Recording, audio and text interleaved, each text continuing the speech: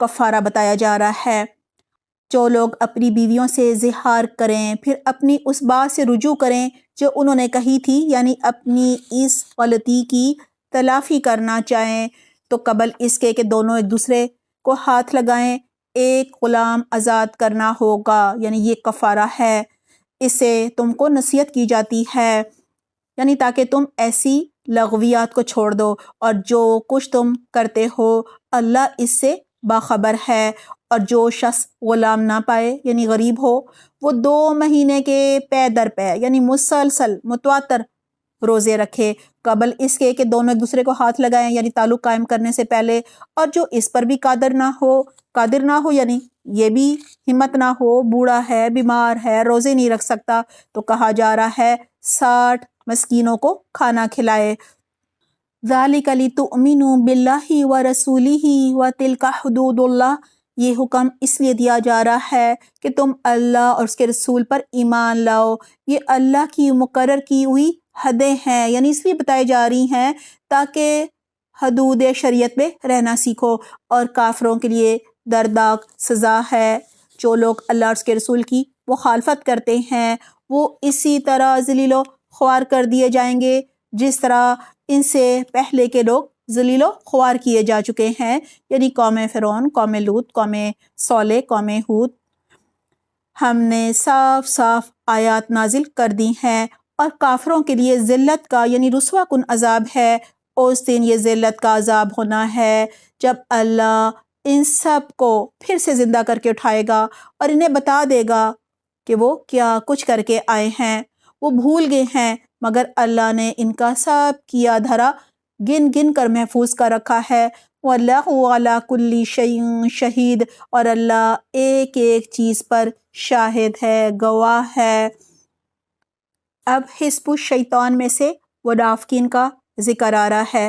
أَلَمْ تَرَ أَنَّ اللَّهَ يَعْلَمُ مَا فِي السَّمَاوَاتِ وَمَا فِي الْأَرْضِ، کیا تم کو خبر نہیں ہے کہ زمین اور آسمانوں کی ہر چیز کا اللہ کو علم ہے؟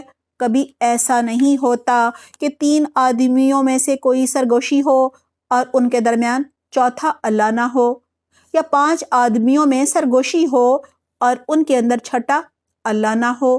خفیہ بات کرنے والے خواہ اس سے کم ہوں یا زیادہ، جہاں کہیں بھی وہ ہوں اللہ ان کے ساتھ ہوتا ہے، یعنی اللہ اپنے علم کے اعتبار سے سب جانتا ہے۔ پھر قیامت کے روز وہ ان کو بتا دے گا کہ انہوں نے کیا کچھ کیا ہے۔ اللہ ہر چیز کا علم رکھتا ہے۔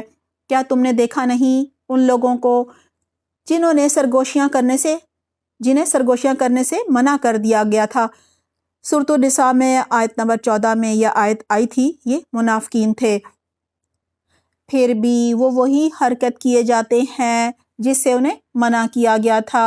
یہ لوگ چھپ چھپ کر آپس میں گناہ اور زیادتی اور رسول کی نافرمانی کی باتیں کرتے ہیں، اور جب تمہارے پاس آتے ہیں تو تمہیں اس طریقے سے سلام کرتے ہیں، یعنی آپ صلی اللہ علیہ وآلہ وسلم کو جس طرح اللہ نے تم پر سلام نہیں کیا ہے، یعنی ان کے دل میں جو آپ صلی اللہ علیہ وآلہ وسلم کے لیے نفرت تھی، بغض تھا، کینہ تھا، دشمنی تھی، اس کا یہ عالم تھا کہ کہا کرتے تھے آپ صلی اللہ علیہ وآلہ وسلم سے السلام علیکم، جس کے نعوذ باللہ معنی ہوتے تھے کہ تم پر موت واقع ہو، اور اپنے دلوں میں کہتے ہیں کہ ہماری ان باتوں پر اللہ ہمیں عذاب کیوں نہیں دیتا۔ کہتے تھے عذاب نہیں دیتا، اس کا مطلب ہے ہم صحیح کر رہے ہیں۔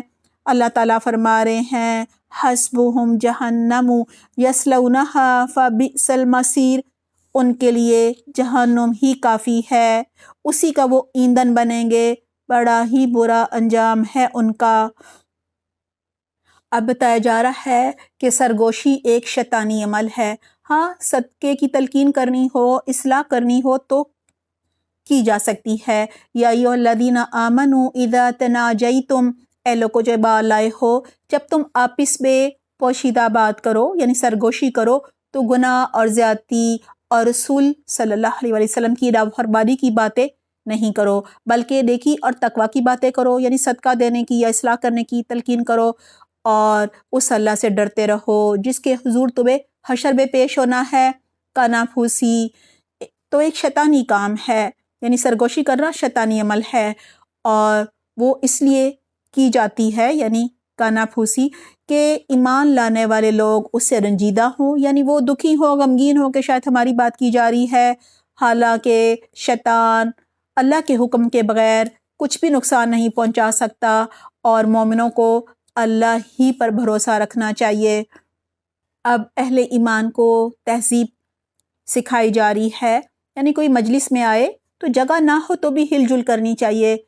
یا ایھا الذین آمنوا اذا قیل لکم تفسحوا فی المجالس، اے لوگو جو ایمان لائے ہو، جب تم سے کہا جائے کہ اپنی مجلسوں میں کشادگی پیدا کرو، یعنی آنے والے کے لیے جگہ بناؤ، تو جگہ کشادہ کر دیا کرو، اللہ تمہیں کشادگی بخشے گا۔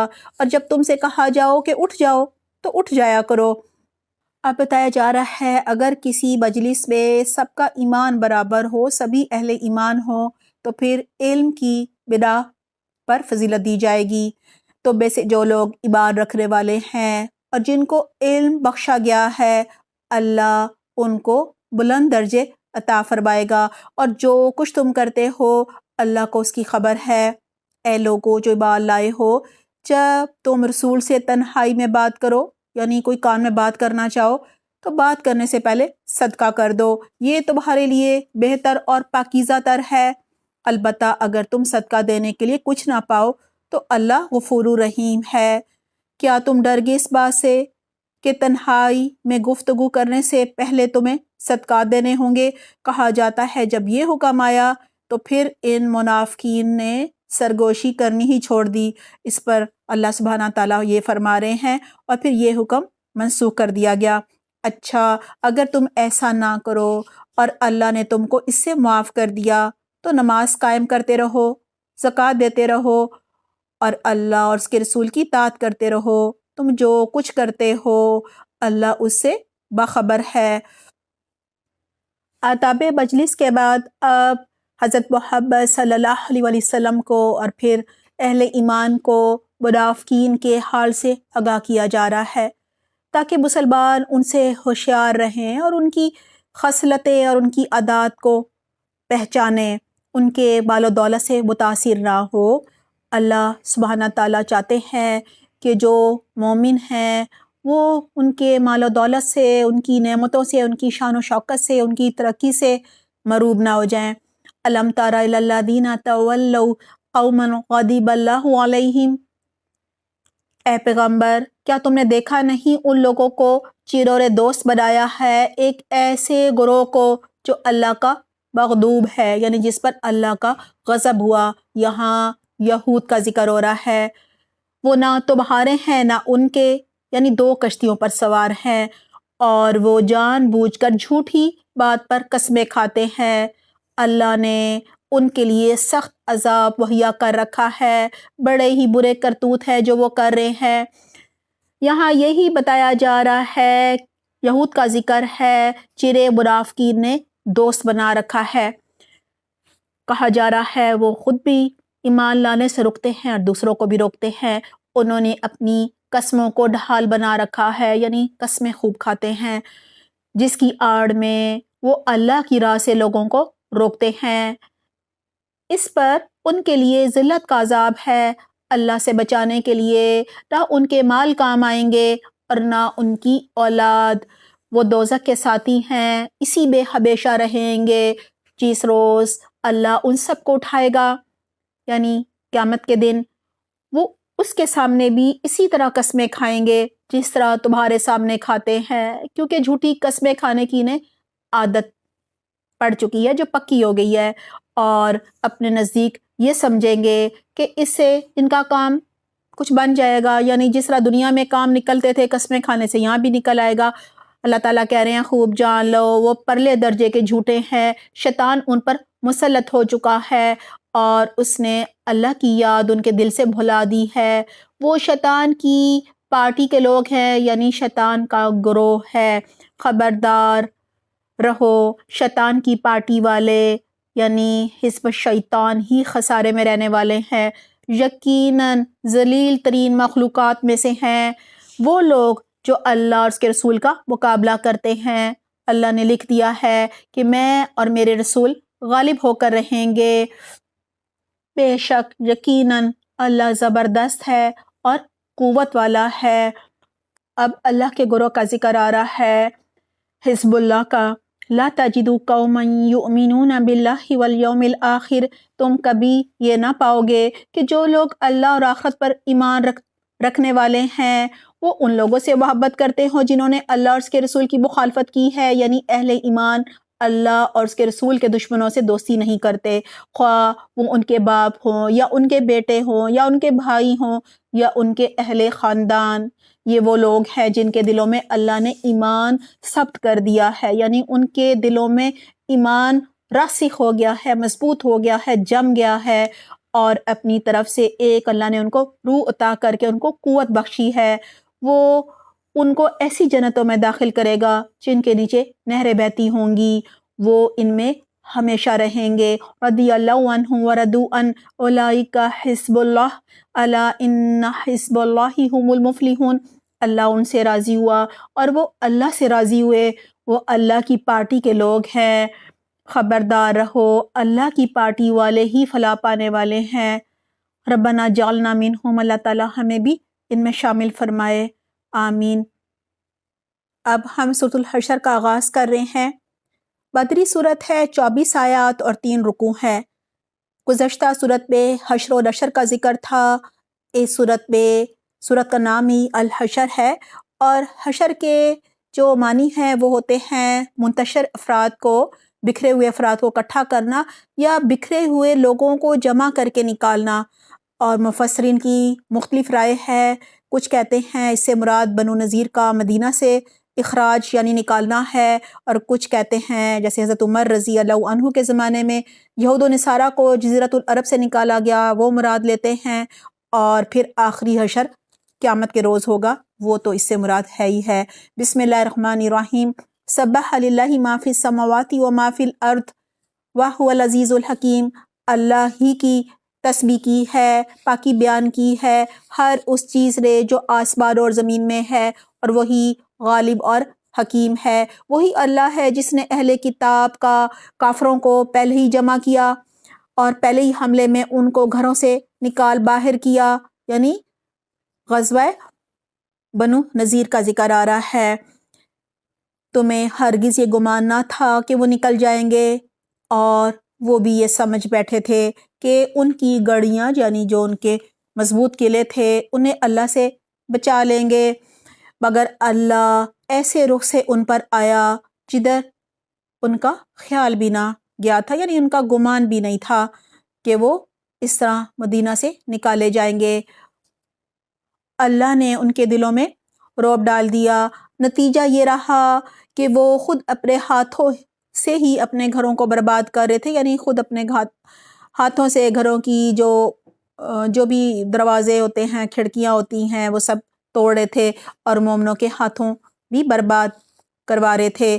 بس عبرت حاصل کرو اے دیدہ بینا رکھنے والو، اگر اللہ نے ان کے حق میں جلاوطنی نہ لکھ دی ہوتی تو دنیا ہی میں وہ انہیں عذاب دے ڈالتا، اور آخرت میں ان کے لیے دوزخ کا عذاب ہے ہی۔ اور یہ سب اس لیے ہوا ہے کہ انہوں نے اللہ اور اس کے رسول کا مقابلہ کیا، یعنی مخالفت کی، اور جو بھی اللہ کا مقابلہ کرے اللہ اس کو سزا دینے میں بہت سخت ہے۔ تم لوگوں نے کھجوروں کے جو درخت کاٹے یا جن کو اپنی جڑوں پر کھڑا رہنے دیا، یہ سب اللہ ہی کے اذن سے تھا، اور اللہ نے یہ اذن اس لیے دیا تھا تاکہ فاسقوں کو ذلیل و خوار کرے۔ اب بال فہ کا ذکر آ رہا ہے، یہ وہ بال ہوتا ہے جو بغیر جنگ کے حاصل ہوتا ہے۔ وَبَا أَفَاءَ اللَّهُ عَلَى رَسُولِهِ، اور جو بال یعنی مال فہ اللہ نے ان کے قبضے سے نکال کر اپنے رسول کی طرف پلٹا دیے، وہ ایسے بال نہیں ہیں جن پر تم نے اپنے گھوڑے اور اونٹ دوڑائے ہوں، یعنی بغیر جنگ کے ملے ہیں، بلکہ اللہ اپنے رسولوں کو جس پر چاہتا ہے تسلط عطا فرما دیتا ہے، اور اللہ ہر چیز پر قادر ہے۔ جو کچھ بھی اللہ ان بستیوں کے لوگوں سے اور اپنے رسول کی طرف پلٹا دے وہ اللہ اور رسول اور رشتہ داروں اور یتیموں اور مساکین اور مسافروں کے لیے ہے، تاکہ وہ تمہارے بالداروں ہی کے درمیان گردش نہ کرتا رہے، یعنی فتح و نصرت صرف اللہ کے ہاتھ میں، اللہ جسے چاہتا ہے عطا فرماتا ہے۔ جو کچھ رسول تمہیں دے دے وہ لے لو، اور جس چیز سے وہ تم کو روک دے اس سے رک جاؤ۔ اللہ سے ڈرو، اللہ سخت سزا دینے والا ہے۔ ان غریب مہاجرین کے لیے یہ مال ہیں جو اپنے گھروں اور جائیدادوں سے نکال باہر کیے گئے، یعنی مہاجرین کے لیے یہ لوگ اللہ کا فضل اور اس کی خوشنودی چاہتے ہیں، اور اللہ اور اس کے رسول کی مدد پر ہر وقت تیار رہتے ہیں۔ یہی راست باز یعنی سچے لوگ ہیں، اور وہ ان لوگوں کے لیے بھی ہے جو ان مہاجرین کی آمد سے پہلے ہی ایمان لا کر دارالہجرت میں مقیم تھے، یعنی انصار۔ یہ ان لوگوں سے محبت کرتے ہیں جو ہجرت کر کے ان کے پاس آئے ہیں، اور جو کچھ بھی ان کو دے دیا جائے اس کی کوئی حاجت تک یہ اپنے دلوں میں محسوس نہیں کرتے، اور اپنی ذات پر دوسروں کو ترجیح دیتے ہیں، خواہ اپنی جگہ خود محتاج ہوں۔ حقیقت یہ ہے کہ یہ لوگ اپنے دل کی تنگی سے بچا لیے گئے ہیں، وہی فلاح پانے والے ہیں۔ اور ان لوگوں کے لیے بھی جو ان اگلوں کے بعد آئے، یعنی مہاجرین، جو کہتے ہیں اے ہمارے رب ہمیں اور ہمارے ان سب بھائیوں کو بخش دے جو ہم سے پہلے ایمان لائے ہیں، اور ہمارے دلوں میں اہل ایمان کے لیے کوئی بغض یعنی کوئی کینہ نہ رکھ۔ ربنا انک رؤوف الرحیم۔ پھر وہ کہتے ہیں اے ہمارے رب تو بڑا مہربان اور رحیم ہے۔ یہ انصار کی دعا تھی۔ یہاں مال فے کا ذکر تھا۔ مال فے جو ہوتی ہے وہ مال غنیمت کی طرح نہیں ہوتی، اس کی تقسیم ویسے نہیں کی جاتی، کیونکہ دیکھیں مال غنیمت صرف وہ ہوتا ہے جو جنگ کے مقام پر ملتا ہے، جس میں ہتھیار، گھوڑے یہ سب دوڑائے جاتے ہیں، جبکہ مال فے ایسے نہیں ملتا۔ یہ اللہ کی دین ہوتی ہے، پیغمبر جس کو چاہے تقسیم کرے۔ پارہ نمبر 28 کا پہلا ربع سورۃ المجادلہ کی آیت نمبر 1 سے 22 تک ہے، اور سورۃ الحشر کی آیت نمبر 1 سے 10 تک ہے۔ آئیے دیکھتے ہیں ہم نے عمل کے لیے کیا سیکھا۔ سورۃ المجادلہ، ہمیں اپنی ہر حاجت، اپنی ہر ضرورت صرف اللہ کے سامنے پیش کرنی چاہیے۔ وہ اپنے بندوں کی سرگوشیاں نہ صرف سنتا ہے بلکہ فریاد رسی بھی کرتا ہے۔ آیت نمبر 2، ہمیں اپنے آباء و اجداد کی ان رسومات پر عمل نہیں کرنا چاہیے جن میں بے حیائی، فحاشی اور شرک ہو رہا ہو۔ آیت نمبر 7 اور 9، ہم جب بھی کسی سے سرگوشی کریں تو ہمیں بالکل نہیں بھولنا چاہیے کہ اللہ سبحانہ تعالیٰ سب سن رہا ہوتا ہے۔ کسی کی دل آزاری والی سرگوشی نہیں کرنی چاہیے، کیونکہ یہ شیطانی عمل ہے۔ ہاں، اگر کوئی صدقہ خیرات دینے کی بات کرنی ہے، کسی کی اصلاح کرنی ہے تو کی جا سکتی ہے۔ آیت نمبر 11، جب کوئی مجلس میں آئے تو ہمیں اس کے لیے جگہ بنانی چاہیے، اور بالکل جگہ نہ ہو تو بھی ہل جل ضرور کرنی چاہیے تاکہ اسے ویلکم محسوس ہو۔ ہم دوسروں کے لیے جگہ بنائیں گے تو اللہ سبحانہ تعالیٰ ہمارے لیے کشادگی عطا فرمائے گا ہمیں۔ آیت نمبر 14، ہمیں قسمیں کھانے کی عادت نہیں اپنانی چاہیے۔ کوئی ہماری بات پہ یقین کرے نہ کرے، کسی صورت قسم نہیں کھانی چاہیے۔ آیت نمبر 22، ہمیں نیک لوگوں کی اور دینی مجالس کو اختیار کرنا چاہیے تاکہ اللہ ہم سے راضی ہو جائے اور ہمارا شمار حزب اللہ کے گروہ میں ہو جائے۔ سورۃ الحشر آیت نمبر 1، کائنات کی ہر چیز اللہ کی تسبیح کر رہی ہے، لہٰذا ہمیں بھی کثرت سے اللہ کی پاکی بیان کرنی چاہیے، تسبیح کرنی چاہیے۔ آیت نمبر 2 سے لے کر 7 تک، ہماری فتح و کامیابی صرف اللہ کے ہاتھ میں ہوتی ہے۔ آیت نمبر 2 اور 7،